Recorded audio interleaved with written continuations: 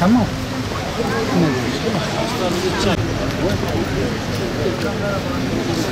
Batıdaki felsefecilerin İslam hakkındaki düşünceleriyle alakalı oluşturmuş oldukları kirli propagandanın Ramazan ayında son bulduğunu anlatmak için ben aslında mikrofona gelmek istedim. Felsefeciler diyor ki Müslümanlar diyor düşünmeden diyor inanıyorlar. Yani böyle hiçbir şey sorgulamıyorlar.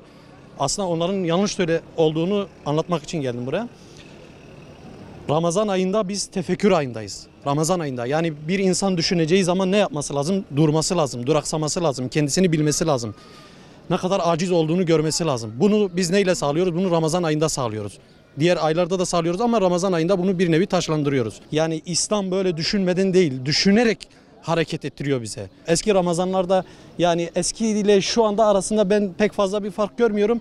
Sadece düşünceler değişmiş. Akşam komşuya gitmek vardı. Şimdi artık o depremi düşünüyoruz. Yani yaşanan gelişmelerden dolayı eski Ramazanla yeni Ramazanları kıyaslamak yaşanan güncel olaylarla alakalıdır. Ben bunu söylemek istiyorum. Size de hayırlı Ramazanlar diliyorum. Eskiden komşularına çok ziyaret ederler.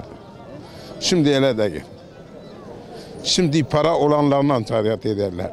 Fakirlere ziyaret etmiyorlar. İşte különçü yapardı, yemek yaparlardı. Birbirini komşularına çağırırlardı. Cemaat halinde. O şekilde o muhabbet geçer. İyi geç. Bu Ramazan'dan birbirini sevmek, saymak, yardım etmek. Sen Türkiye'nin hali görürsen, afat, bir taraftan zelzele. Bu neyle dayanıyor? Bizim Müslümanlığın eksikliği olduğu için dayanıyor. Vallahi eski Ramazanlarımız daha iyiydi. Hayır bereket zamanıydı. Davulu zurnalı geçiydi. Yemekli geçiydi. Şimdi eskisi gibi değil. Hayat pahalı oldu. Yemek veren de yok. Bak komşuluk eskisi gibi değil. Yani eski Ramazanlar yok. Eski sofralar yok. Eski yemek içmekler yok. Eski bereket de yok. Birbirimize yardım edeceğiz. Birbirimizden sorumluyuz. Bir koyun sürüsü gibi birbirimizden sorumluyuz. Şimdi eski zamanda daima insan eskini arıyor. Eski insanlar şimdi insanlar bir olmaz. Eski oruç bir tadı vardır, bir kıymeti vardır. Eski namazın her şeyin bir tadı vardı ya. Şimdi hiçbir tadı kalmamış yani. Yani afat üzerimize geliyor. Çünkü biz adımızı direkt dolga atmıyoruz yani. Eskiden güzeldi, şimdi inşallah güzel olur. Eskiden nasıl güzeldi? Eskiden akrabalar birbirini davet ederdi. 2-3 ev birden gelirdi evlerine.